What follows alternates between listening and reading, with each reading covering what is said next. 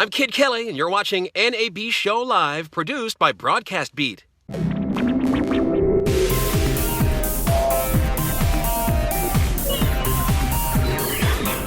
from Las Vegas, this is NAB Show Live, produced by Broadcast Beat. Here's your host, Brian Seth Hurst. Good afternoon. I am Brian Seth Hurst. I'm the chief storyteller and co-founder of Storytech. And Ryan Salazar asked me to do this year, and I'm so excited to do it. NAB Show is so exciting this year. One of the hot topics is VR, and we'll be talking more about VR later in the show, specifically VR streaming. But first, we want to welcome some guests to talk about the latest innovation in virtual sets. Today I have with me Ricardo Montesa. Hello. From Brainstorm. Correct. And Dave Larson. Should I speak that Swedish accent? Dave Larson. Norwegian. Norwegian. Ah, jag snackar norsk. Make it. How's your Norwegian? No, From Ross Complete Solutions. Let's see, Ricardo graduated with a degree in industrial engineering from the Technical University of Valencia in Spain, where he's from. Hola. Hola. After finishing his final paper, he founded the company Montesa Graphics, developing real-time 2D and 3D graphics rendering software for game shows and election projects. Ooh, I'd love to know what's going on with our election right now. He and his business partners later founded Brainstorm Multimedia in 1993, and Montesa has been CEO and development director ever since. In 1996 and 1997, Ricardo worked as a senior CGI developer for George Lucas Industrial Light and Magic in California.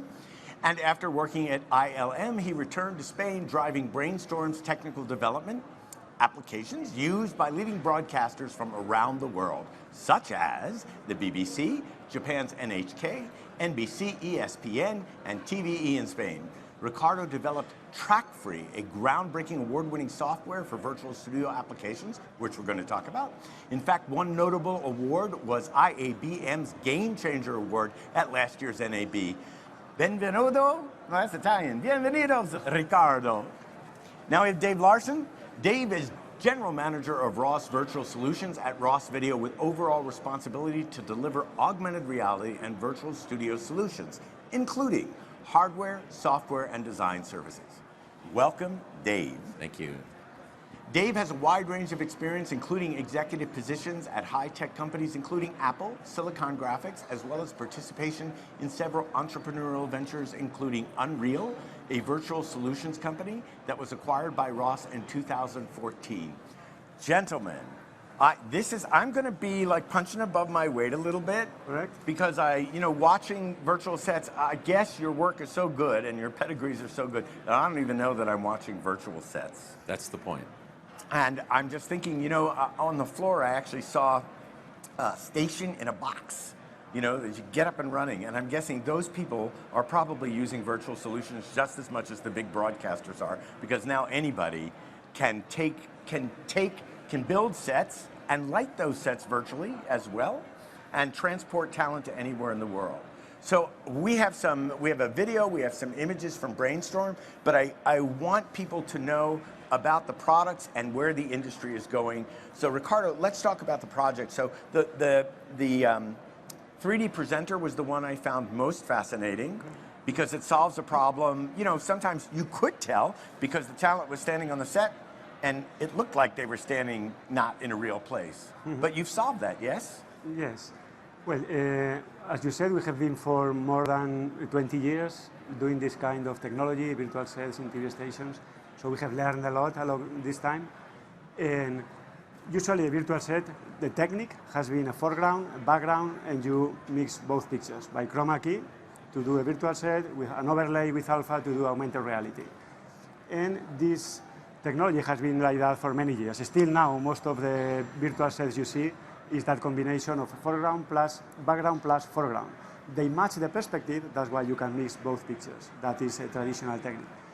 We have developed a new idea, which is not that. And instead of doing that, we somehow make a 3D model of the talent.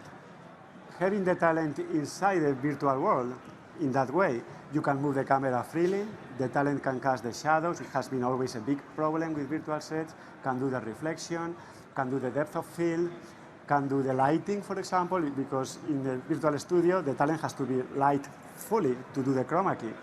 But once we put it in the virtual scene, and it is a model, 3D model with volume. We can light it from different places. So this is the 3D model is obviously being rendered live, yes? Correct, correct. That is amazing. Yes, it is. Well, it has several tricks and ideas around it, but as the talent is walking through the stage and the camera is moving, following him, and we are capturing that and making a 3D representation, volumetric, of the talent in that space. So we can have tracking in the camera with a crane, with encoders, with different systems that provide camera tracking, or not. You can move the camera freely with your mouse and still see the presenter there. So this idea we call track-free is like a new approach to the technique of making a virtual set, and it provides all of these new capabilities that in the past, if you see many of the virtual sets, they lack the shadow, the contact, and it looks floating in the air, even if it is very realistic, the background.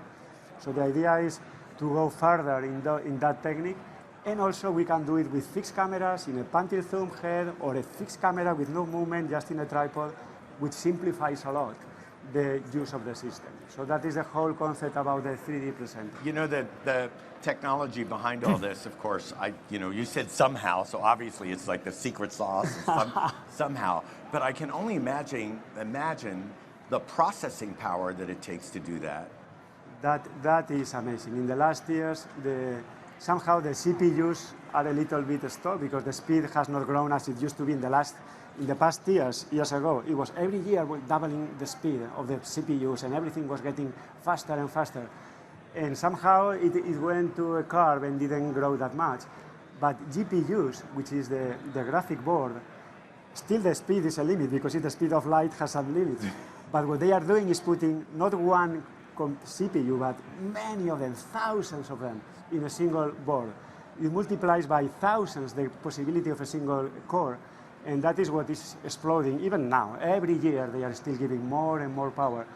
For the people like me that we have been for almost 25 years with the technique, it's like a dream. It's a quantum leap. It's everything you've wished for. Years ago, everything you waited for. Yeah. Well, we used to buy silicon graphics computers. Dave was there. One of those computers could cost $600,000, and it was a bit of the performance we have these days with a $200 board. So that is the change we have lived. Okay. And also that, of course, that makes it much less expensive for broadcasters and studios, and it's almost domestic. It's domestic. Accessible to anybody who wants to actually create. Probably the reason why is because the video games. What has been the engine for this, the motor for this development, and this price reduction and this power, the market behind that is the video games. Yep. We just take advantage of that and use it for broadcast. Well, I would think for internet video and YouTube and all that it's just as valuable because it makes them look like big broadcasters. So let's talk a little bit about the industry. Okay. You know, obviously, with the prices coming down, the processing power becoming more efficient, even storage is cheaper now. So where is the industry? So I mean, I think kind of one final thing we just talked about is it's really interesting when you do a comparative now of what we call a blended studio, which is some physical elements like a desk and certain things, as well as a virtual environment. If you look at a virtual environment versus physical, versus in professional broadcast, when you include the cost of set design, they're at parity or virtual is cheaper now. Whoa. So it's really dynamically changing. The reality is, though... So why should you're saying why should a station bother building all the sets and lighting in the studio because you can light virtually? We're at that point in time now. The challenge is, and so but what we don't see that as, like we're into this stuff. He and I have known each other for 30 years. We've been working on this stuff, so we expect adoption to be quicker, and it has been slow, but I really see that changing now. So particularly in broadcast, on our side, we've done some things like we did a relationship with the weather company, which is an IBM company now, to help them, enable them to give them tracking so they can now present augmented reality weather. So the weather's hanging out in space and you can watch tomorrow's forecasts and things like that. So there's some adoption. We're seeing a lot more adoption, at least in North America, with augmented reality. Weather's kind of a leader. Define augmented reality. Okay, so augmented reality means that you can have, I'll just kind of, in practical sense, you can have a physical set, and with augmented reality, you can hang virtual graphics in the foreground. So as a presenter, you can stand behind the graphics, you can stand adjacent to the graphics, but if you walk in front of the graphics, you break the illusion. Whereas in a virtual set, you have the ability to go around the graphics. So that's a distinct different approach. But we're seeing a lot of people adopt. So broadcast AR is coming in. As we see new studio development, we're seeing we had one example in New York where they could save $2 million a year on real estate costs by going virtual. So because obviously you're not going to rent a studio, you're just going to have a room and put your talent. Precisely. Yeah. Put your talent in a small room, and then you put them in the big studio later. I want to show some of the pictures that we have, some of the images that we have. So can we pull those up? Of the products, and if you could tell us what the product is, and also hopefully the talent transporter picture is there, because that, and it's like you're delivering on the promise of virtual reality in the headset with getting your talent there. So it's kind of like the inverse. So, do we have the images? I'm asking Liz. Oh, okay, so we're going to go with your video first, the Ross video first. Okay. So this is Ross Solutions. This is what they provide their clients. This is just going to be it's kind of a sizzle reel of some of our products at Ross. At Ross, we focus on selling the entire solution for virtual. So we can drop an entire set with all the products required. And we now are selling cameras. I don't know if you heard that, 444 cameras. An exciting game is taking place. Valencia versus Bilbao. And that's you. That's me. That's him. That's him. That's cool. But that's fine. So can you talk us through this? You can talk over this, Ricardo. Correct. Well, we were talking before about being a model, a 3D model. And what we are doing here is augmented reality, really. Usually augmented reality has been about advertising and scores and data on top of the video. But in this case, it's augmented reality. But what we are putting as augmented reality is the talent itself. The fact that she has the shadows, reflections, the lighting of the environment, all of that together makes, and has, you see on the shadows there, interaction with the graphics. We are able to do that because we know where the hands are, where the feet are, where the head is. And being a 3D model now, in this case, we know the camera position for every frame. There are different systems that allow to do that. And what we do is put augmented reality with oh my God. That's the whole idea. that is like, it's very exciting. I'm very excited. So let me ask you like a wacko question, gentlemen. So, we have all these virtual reality headsets, we have the cardboard. You could actually build those as 360 environments as well, couldn't you? Of course, yeah. So I could actually go stand on the football field with her. Sorry? I could go stand on the football field with her. Oh, okay. What do you mean? Yeah, look anywhere. Yeah, of course. We see that now many days in these 360 degrees cameras that they are showing now, and you can go there and record 360 degrees. Yes. But this is now very common. I think people are doing that with the iPhones and see. They are, but when you look at what your solution does and what it creates, the fact of the matter is, if I'm doing sports, right, and I want people to get closer to the action, and you're down on the field, you're filming that action. Correct. You can transport me into that action, and I can look at the data visualization is amazing here. So the idea that I can look all around me. So yeah, and you could look. Some people could be looking there, and other people could be looking there because everyone has his own interest. And not only that, you could put different advertising for different areas of different people. And also the talent is there. If you want to look at it, it's not just the graphics.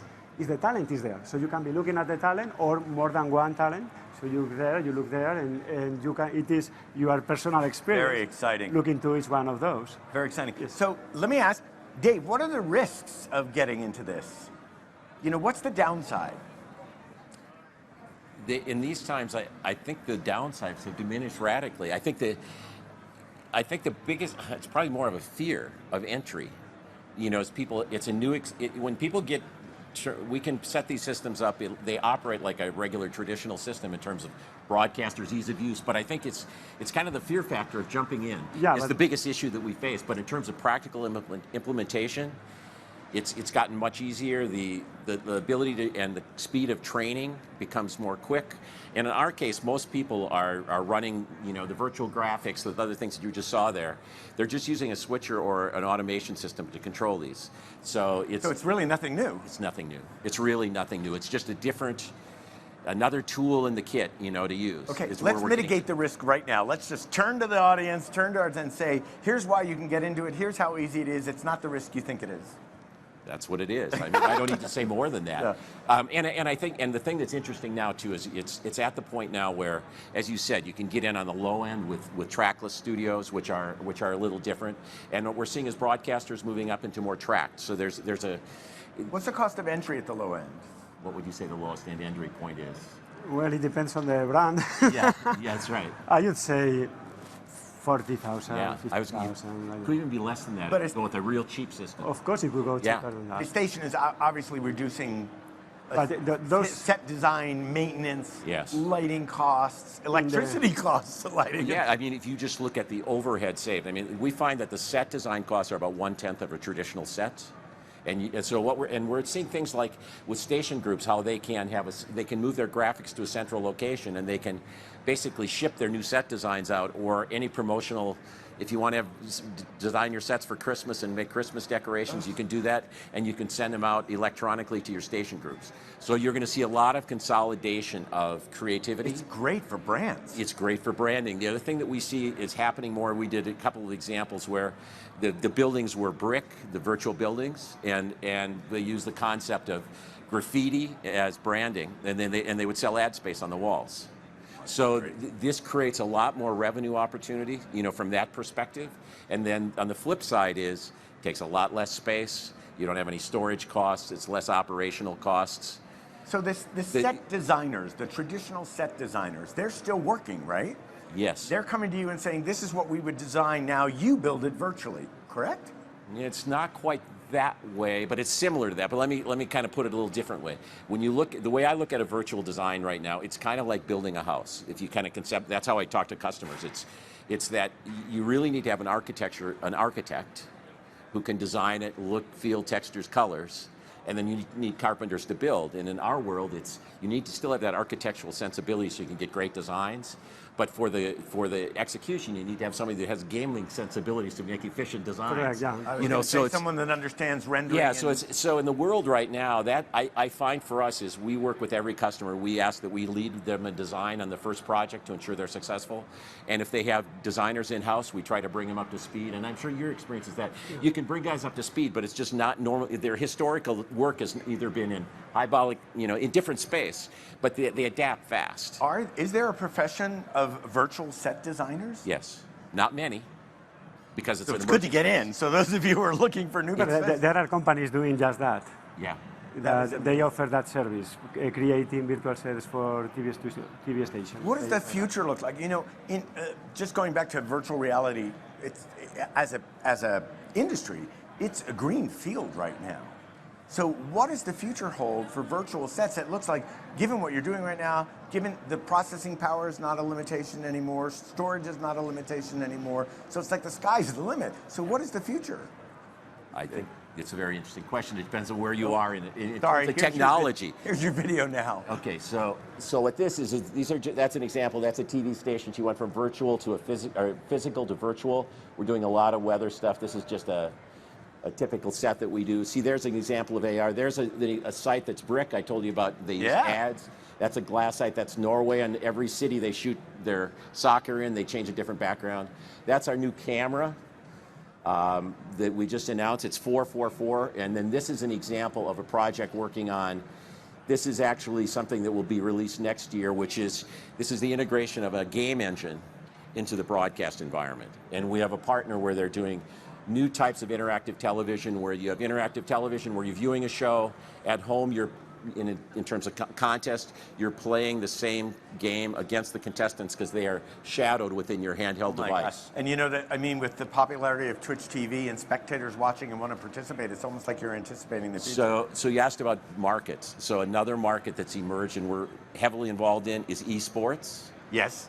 So studios for esports, augmented reality and large venue sporting events, augmented reality, and eventually it's really interesting where it's going. And like every Sunday night we do virtual graphics for NFL football. They put virtual graphics on the field, and we have a crew that travels with the NFL. It just makes everything so much more exciting to watch. It's dynamic, it's emotional branding is what it is, and it really works. I just want to thank you guys. I learned a lot from you today. It's like this thing that you see but you don't know about. It's like once upon a time I met a comic book artist. I never thought about that. And when I started talking, it was fascinating. And that's just as fascinating as you guys today. So I really want to thank you for being here today. I've been to both your booths on the floor, and I hope that everybody else takes the time to go. The demos are really amazing. You guys are magicians. You're really making We're all magic. buddies, so it's fun for us to get together again. So. I can tell you knew each other just a little bit. So I just want to say, Dave Larson, Ricardo Montesa, thank you so much for being with us today here on NAB Show Live. And I really look forward to seeing what you are up to in the future. Thank you so much for joining us today. Thank you. And you are watching NAB Show Live from Las Vegas. And our next segment is going to be on VR streaming with some really great panelists. And streaming is what everybody's talking about today. I'm sure you can stream into a virtual set, can't you? Yeah, absolutely. I knew it. That is not the problem. I knew it. Great. So join us a little bit. We're going to take a little break, and we'll be right back with some incredible innovations from our new companies as well, and a lot of announcements that just happened. There's more to come at NAB Show Live. Thanks. Hi, everyone. This is Christy Kruger, anchor and health reporter right here at WPLG TV in South Florida. And you're watching the NAB Show Live.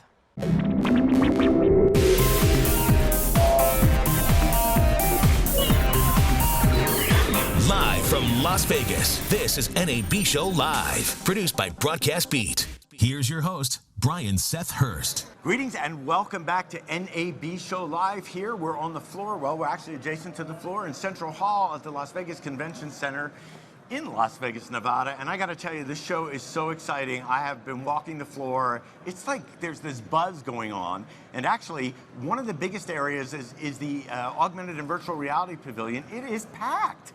I mean, it's almost like people can't get enough. The curiosity is overwhelming. But first, I want to start with some news items. Everybody on this panel knows that every day we have like 10 announcements in VR. This industry is the fastest moving industry I have ever seen.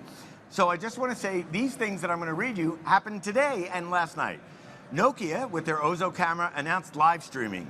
YouTube announced live 360 streaming, and in order to do that, they upped their resolution to 1440. And 60 frames per second. And let's see, Gear VR is actually allowing an augmented reality application that actually uses the back camera in your phone. So all of a sudden we have mixed reality, right? We're using the Gear VR. We got there pretty fast. HBO and Discovery have taken an equity stake in 3D rendering company Otoy, which is complex rendering of environments that takes place in the cloud. GoPro announced a new VR video platform and a 6-camera rig called the Omni that you can get for $5,000. That will save you $11,000 over the $16,000 rig. And so you can see how fast things are happening in the industry. It's really exciting, and I'm glad to have these people here today. I have Dr. Uma Jairam. Yes. From Voke VR. I have Dave Cole from NextVR. In the interest of all full disclosure, I've known you guys a very long time, like since the beginning. That's right. I have Ed Lance, and in full disclosure, Ed and I are working on a project together, and we were when I asked him, because I know exactly what he's going to talk about. And Thomas Newberg from Virtually Live. So what I want to do is just go down the line, and I'm giving the booth fair warning in the back, so that we can start to talk about each of your companies and show the assets that you have. So, may I call you Dr. Uma? Yes, for sure. Dr. Uma, welcome. Tell us about Voke VR. Okay. Voke provides an end-to-end platform and a solution that allows virtual reality experiences of live events like sports and concerts. And we do this in real time. We actually did it in 3 different ways. One was an experience provided on the Oculus Store. And so there was an app that you could download, and when you kind of tapped on it and went to the right tiles, you could then be participating in the game as if you were there. And so that reached a nice audience of people who were interested in the headset experience. But there's more. What was exciting was that we could also provide it in 2 other ways. We were able to provide it on a mobile device, so that people had a sense of being there, in the sense they could move around, pan, tilt, zoom, and so had a sense of being there without, of course, the immersion that comes with a VR experience. And in addition to that, we also had a web viewer version. And so that again gave the end user control over what they could watch.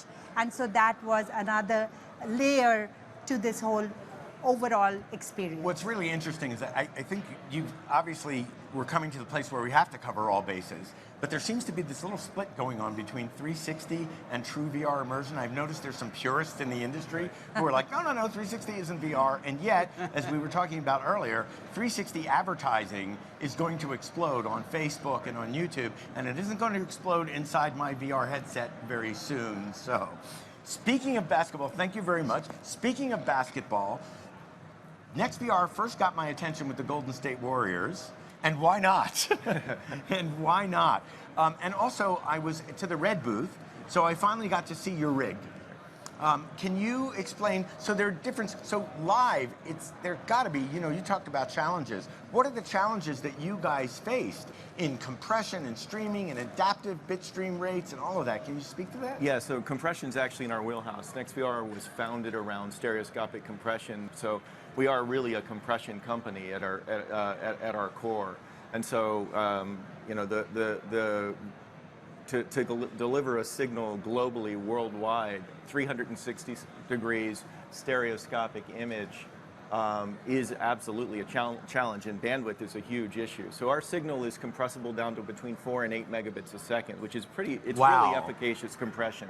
Everything we do is about in that range, and we're working really hard, particularly for Asia Pacific, to move slightly lower than that, to actually get aggressive in the sub 4 megabit range. So compression's a big part of what we do. But if you kind of look at the whole value chain from NextVR, we build cameras, we build the camera and do the camera physical assembly ourselves. It's our compression technology. It's extremely unique. Nobody else approaches constructing live video for virtual reality the way we do, because by the nature of our compression, we actually extract the depth information from the cameras to build a virtual world, and we transmit that all the way down to the end user. So when you're experiencing NextVR content, you're actually inside a virtual world, and we projection map the stereoscopic video to the walls of it. It's how the compression works, but it gives you an extremely strong sense of presence in the video. So we have that piece. We have our own transmission scheme that wires this all together in the CDN, and then it's ultimately our software. And right now you can get this through the Gear VR, the Gear VR store. Are there other platforms? There are. So we're launching on 2 flavors of Android, one cardboard specific, and one is specific to any phone that has the Snapdragon 820 in it from Qualcomm. Because you need that processing power. You do. So we have 2 flavors of that launch this month, and then also PC Vive and Oculus PC both launch at the end of May as well. And then we'll be launching on the PlayStation VR in October. It's I just want to clarify something for the audience. So, you have 360 video, which allows you to see everything on your phone, right? That's what you were talking about, the 3 different formats that were available. And then you have what's 2D, more or less, stereoscopic, that you're in the Google Cardboard or any Google Cardboard spec headset like the Viewmaster, for example. And then you're in that. But then there is stereoscopic 3D, which I consider to be real, true immersion, except for your Dome's Edge, which we'll talk about in a minute. And that is, it's either stereoscopic or it's actually computational photography as well to actually render that universe. So it's particularly, we face these challenges in just plain VR, but live VR and the ability to compress and the ability, I think, first of all, everybody's talking about live streaming. This is Facebook Live right now, gentlemen. Wave to the audience. Hey. There's a camera right inside there from live stream that allows, it's not VR, but allows live streaming from 9 different, there's Vine, you name it.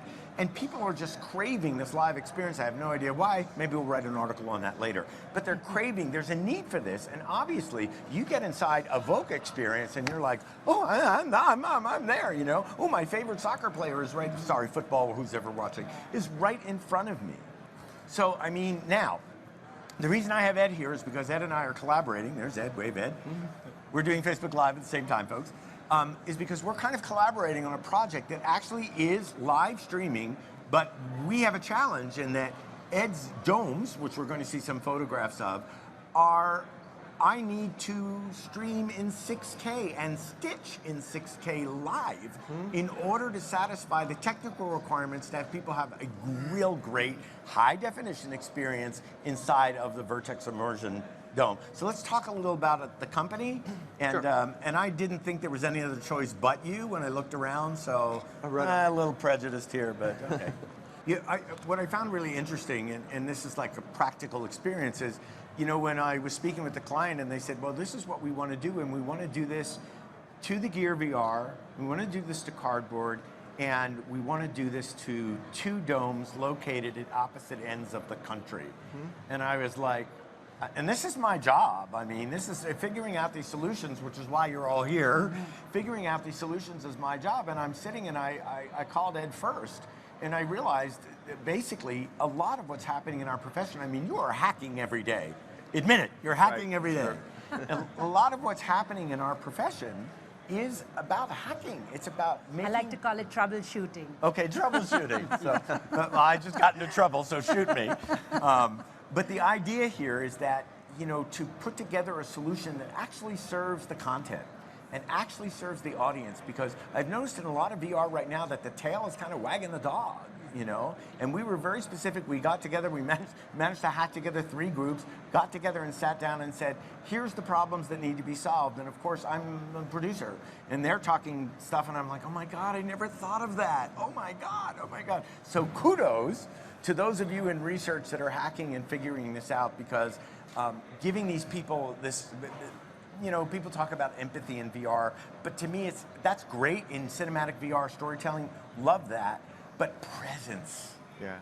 Presence and being able to be close to this close to the people that we're watching, and the expression on their face, the sweat dripping down, the falling over the ball, the blood. I mean, all of that. Actually, you always wish you could see that.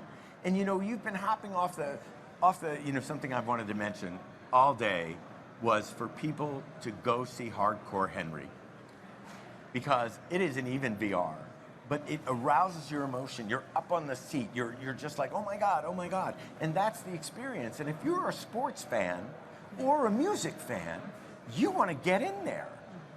So, Thomas Newberg. So what was great? Hello to you. So what was great is, you know, our community is still relatively small. Yes. So at the birth of this community, we all kind of know each other, but Thomas sort of flowed through a connection of mine, because we found out that you guys were going to be at NAB, and I was like, virtually live, oh gosh, I got to find out as much as possible. So I would love for you to share about your company. I think we've got some of the images that you sent along. Indeed we do. It's technology, it's a methodology by which we are capturing the data, the coordination of the XYZ of individuals. So explain the XYZ, the place for the audience that doesn't know. Can you explain that? XYZ, the three-dimensional movement coordinates within a particular venue. It's one way to look at it. The other one is if you go car racing, sometimes you have the ability, instead of XYZ, you actually use the GPS data. So we are collecting data of any sorts, but particularly for the XYZ, we actually have a granted pattern in 46 countries around the world. So what that means is that we go into a venue, it could be a basketball stadium, it could be a soccer stadium or what have you, and we are going to pre-render the venue prior to the event, just once. And then when a game takes place, we are partnering with data collection providers. Stats, for example, would be one of these companies. We take the data, we use our methodology, and then we are not stitching is the wrong word, we are mapping these information together, and as a result, you have a 3D experience, a virtual reality experience, where you immersively are not just viewing the game, you are actually in the middle of a soccer field. You are sitting in a race car, and with a demo that we have, you just take a remote control and you can jump and hop between the cars as it's happening, the event is happening. You can sit on the sideline and watch the cars going by. It's just another different way of experiencing a live event. If there's a penalty kick in a soccer game, FC Barcelona, Bayern Munich, you know, you name it, I want to actually be next to the goalie as it happens. and the ball is coming towards me. You don't have that immersive experience by putting a camera on the sideline and watching it from the sideline. I want to be next to a golfer as they are putting, or I want to walk around with them rather than last week or the week before the Masters. You just look on the sideline and you watch it from a particular fixed angle. But that's just one way of providing virtual reality to the fan community. It's not even the primary focus. I think the primary focus for us is the social aspect that comes with it. Time will tell if the 360 videos, as appealing as they are today, they are great to demo the new glasses that are coming out, but time will tell if it's the stickiness that a community, a fan community is actually looking for. I haven't heard yet anybody who's saying the 360 solution is so cool, I want to watch an entire game with my VR glasses on because it's just so cool. I don't think so. What I do believe will happen is, there's going to be a social aspect to it. How about you have this immersiveness that I just explained, you go on the field, you go off the field, but then you beam yourself up into a virtual VIP room and you meet friends around the world, your old college buddies or whatsoever, and at a particular game from anywhere in the world, you meet in a VIP room and you mingle, you chat, you interact.